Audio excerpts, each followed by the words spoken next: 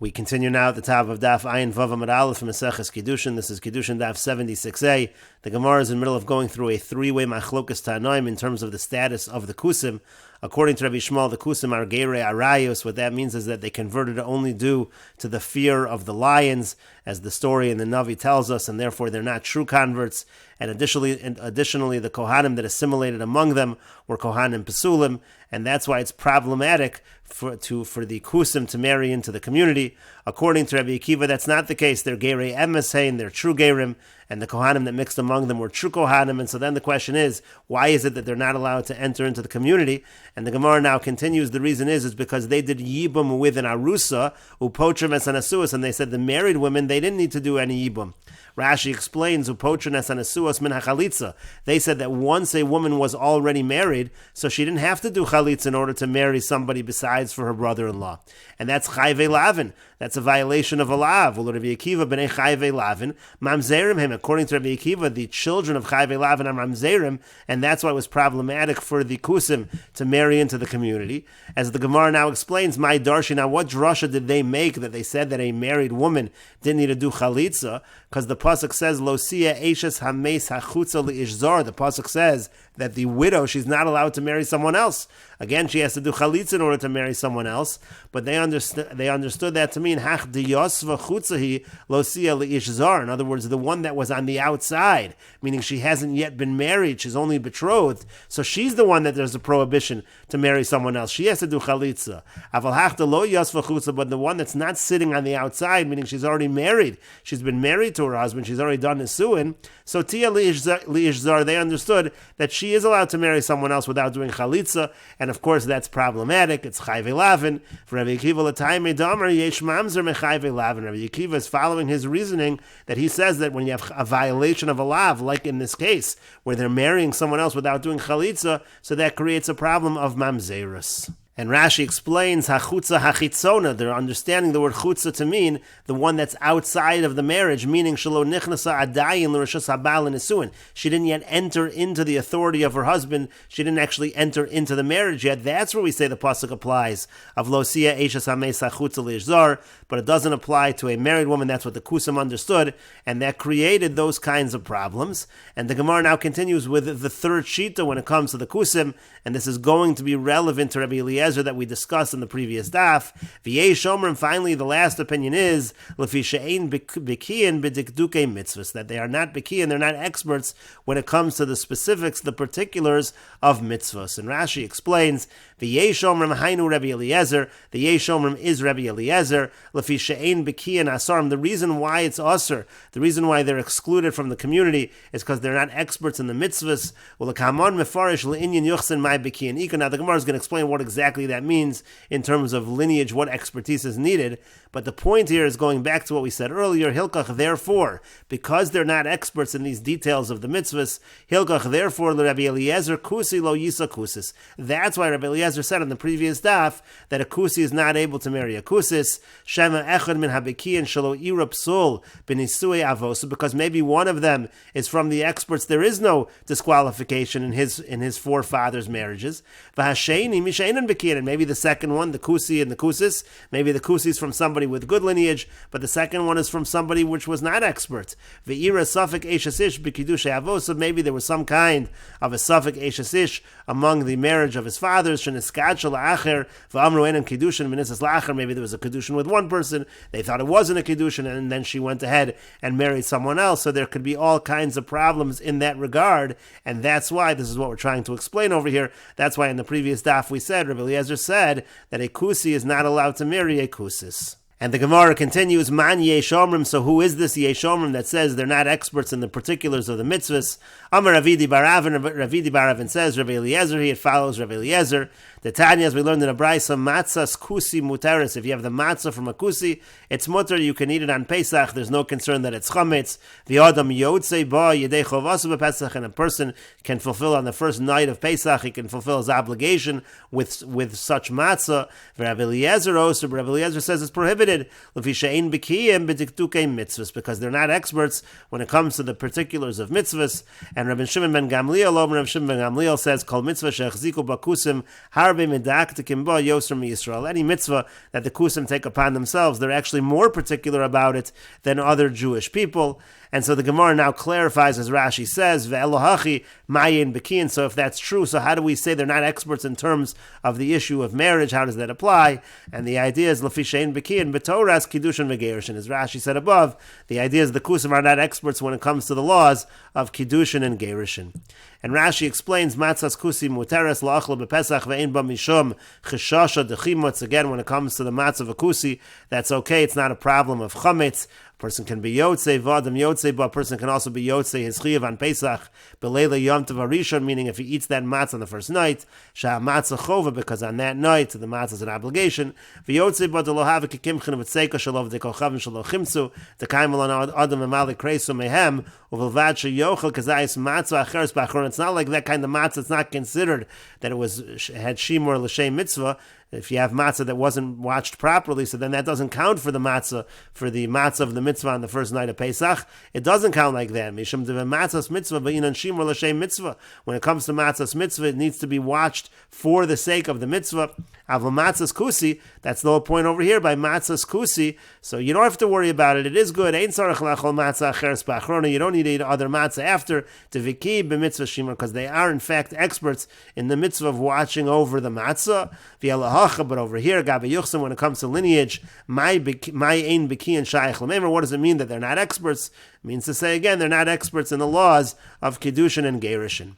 And the Gemara continues, Amar Rav Nachman, Amar Rabba bar Avua. Rav Nachman said, the Rabba bar Avua said, Mamzer me'achoso u'mamzer me'eshes ach. What happened with the Kusim was, they had mamzerim from a case of a person with his sister. They had cases of a mamzer with a person with the wife of his brother. Nisarvu b'hen, that got mixed up among the Kusim and created problems with their lineage. The Gemara says, My kamash malon, well, what's the chiddush? Yesh mamzer mechayve krisis. It sounds like the reason why we're bringing a case of a sister, a case of the wife of a brother, is to show that there's a concept of mamzer even by chayve krisis, which we already discussed above, because there's a discussion whether it's a mamzer only by chayve misas bezdin or even by chayve krisis. But in any case, nisnichada, just give one example. Say mamzer me'achoso. Why do you need to say mamzer me'achoso and mamzer me'eshesach? And the Gemara simply answers, Ma'aser shaya kachaya. That was just an incident that actually happened among the Kusim, where there was mamzer me'achoso and mamzer me'eshesach. So that's why it's recorded in that manner. V'Rav Amar, and Rava says, Eved v'shivcha nisarvu ben. There was an Eved and a shivcha that got mixed up among them. But the Gemara clarifies again, Isura Mishamai, well, which one of the two is causing the Isser? Misham Shivcha, it's the Shivcha that's causing the problem. We'll see Rashi in a moment. So the point is, Nisnichada, why not just say one, just say Shivcha? And again, the Gemara says, Ma'aser shaya kachaya. That was just the way the incident unfolded, so that's why it's recorded over here in that fashion. And Rashi explains, "My kamashmalon hay mamzer me'achosa de kaparish mi my have velotana mamzer stama." Why are you saying specifically mamzer me'achosa? Just say there was a mamzer that got mixed up among them. Umeshani yesh mamzer mechayve krisus kamashmalon ulafuke miman davar and mamzer mechayve misas bezdin. We're trying to teach that there's even mamzer mechayve krisus. It doesn't have to be misas bezdin. So the Gemara then said, "V'nis nichada mamzer me'achosa." Nesar ben, just say mamzer me'achosa. Why do you have to have two examples? And the Gemara said that's just the incident that actually happened.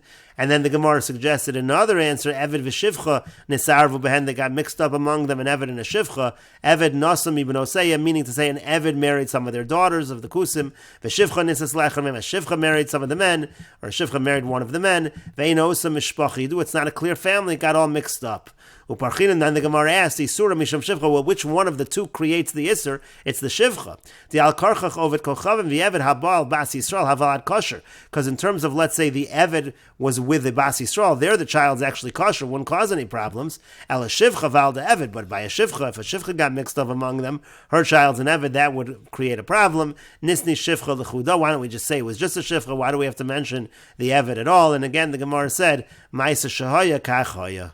And the Gemara continues with the Mishnah, Hanose Isha Kohenes, if a Kohen marries a woman who is the daughter of a Kohen, Sarech Livdok Acharea Arbo Imahos Shein Shmona. He has to investigate after her lineage 4 mothers, which adds up to a total of 8. He has to essentially make sure there's no mamzerus within her ancestry. Who does he investigate specifically? He investigates Ima, her mother, Ve'em Ima, and the mother of her mother, Ve'em Avi Ima, and the mother of the father of her mother, Ve'ima, and that person's mother, Ve'em Avia Ve'ima, and then the mother of her father, and then her mother, mother, v'eim avi aviha v'ima, and also the mother of the father of her father and her mother. That adds up to a total of 8.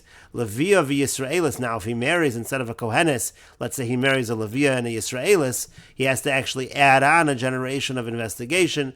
Mosifin alein orachas, he has to add a generation. The idea is you have to be more careful in that case, do more investigation into the lineage to make sure there's no mamzerus. You don't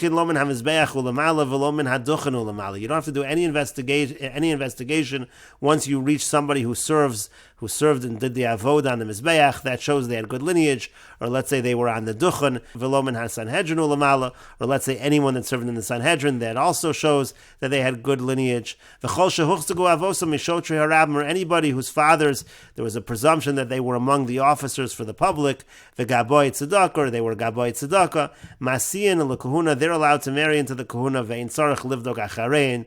You don't have to do any investigations after them. Rabbi Yossi says, Af mi sheyachasam aid be'erchei shana shel Tzipore. Even somebody who was signed as an aid in the old courts of Tzipore, that also shows the person had good lineage. Rabbi Chanina ben Antigna says, Af mi muchtov b'istartia shel melech. Even somebody who is written down into the records of the government, and this is referring to the army list of the Jewish king, that person also, the assumption is they have good lineage.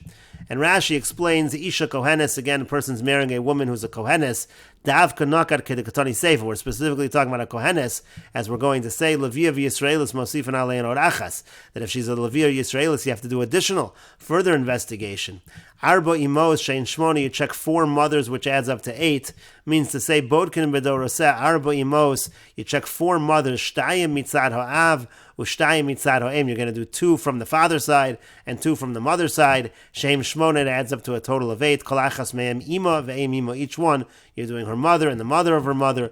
Bodkin Shalohayu Mamzerus Soachas Min Absulus Lakal. The point of the investigation is to check that there should be no Mamzerus and no one who is disqualified from the community.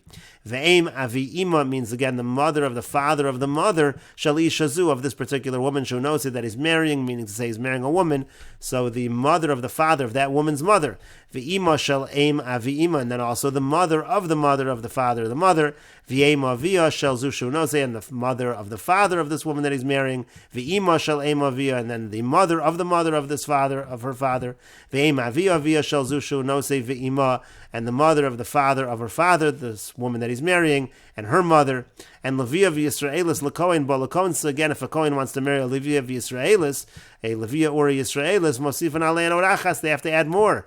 Yemachas bechol zug v'zug, meaning in every pair you have to add another mother. Could go an ima ve'em ima v'ima, meaning her mother and the mother of her mother and her mother. You're adding a level. V'chein kulam, and that's true by all of them. Ein bodken min hamizbeach ulamalo hischil livdok b'imos umatzah she'avia via shimesh ala mizbeach. Let's say, for example, you're checking into her mother's, and it turns out that the father of her father served at the mizbeach, did the avod in the Beis Hamikdash.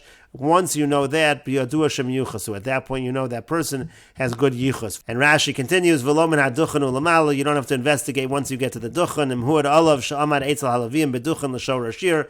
Let's say there's testimony that he was among the Leviim, he was singing in the Beis Hamikdash. V'lo min hasanhedrin ulamalim nimnim b'sanhedrin ein tzarich livdok, if he was among the Sanhedrin, no further investigation is needed. Also v'chein shotrei harav megabe tzedakah masiyim ben osem l'kohen ve'ein tzarichin livdok. All of these individuals, their daughters can marry a Kohen without the need for investigation. All this will be explained in the Gemara. And Rashi continues, even one who was signed in the old courts of Tzipore. That's how we translate it in the Mishnah. Rashi has slightly differently. Rashi says it was a city near Tzipore. The name of the city was actually Yeshana. Like we have an Erev in a city named Chadasha. And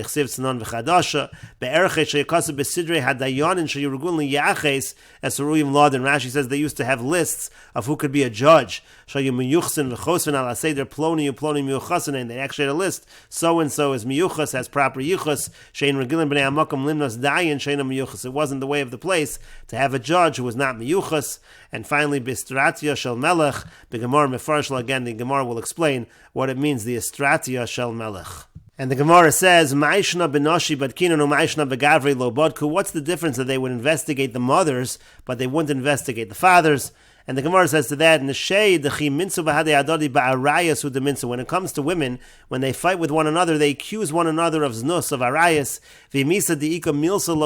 and if there is some issue of lineage, so it doesn't necessarily have a cold to it, it's not something that would be known, it requires investigation. However, Gavri, when it comes to men, when they argue with one another, they actually accuse one another of issues with regards to yuchsin, with regards to lineage. Therefore, if there was something wrong with the lineage, people would know about it, there would have been a public dispute, and that's not something that requires investigation.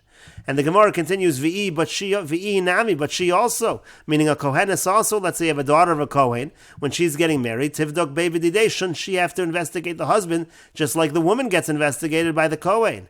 And the Gemara says to that, Messiah Leila Rav, the fact that she does not need to do any investigation is a support for what Rav said. The Amar Rav Yehuda Marav, because Rav Yehuda said that Rav said, Lehuzaru Ksheros Linase Lepsulim. When it comes to Ksheros, meaning to say, again, this is the daughters of the Kohanim, they don't have the same set of warnings. They're actually allowed to marry people who are disqualified, meaning to say, a Kohen is not allowed to marry certain individuals who are disqualified to him, but that applies only to the Kohen, that does not apply to the daughter of a Kohen.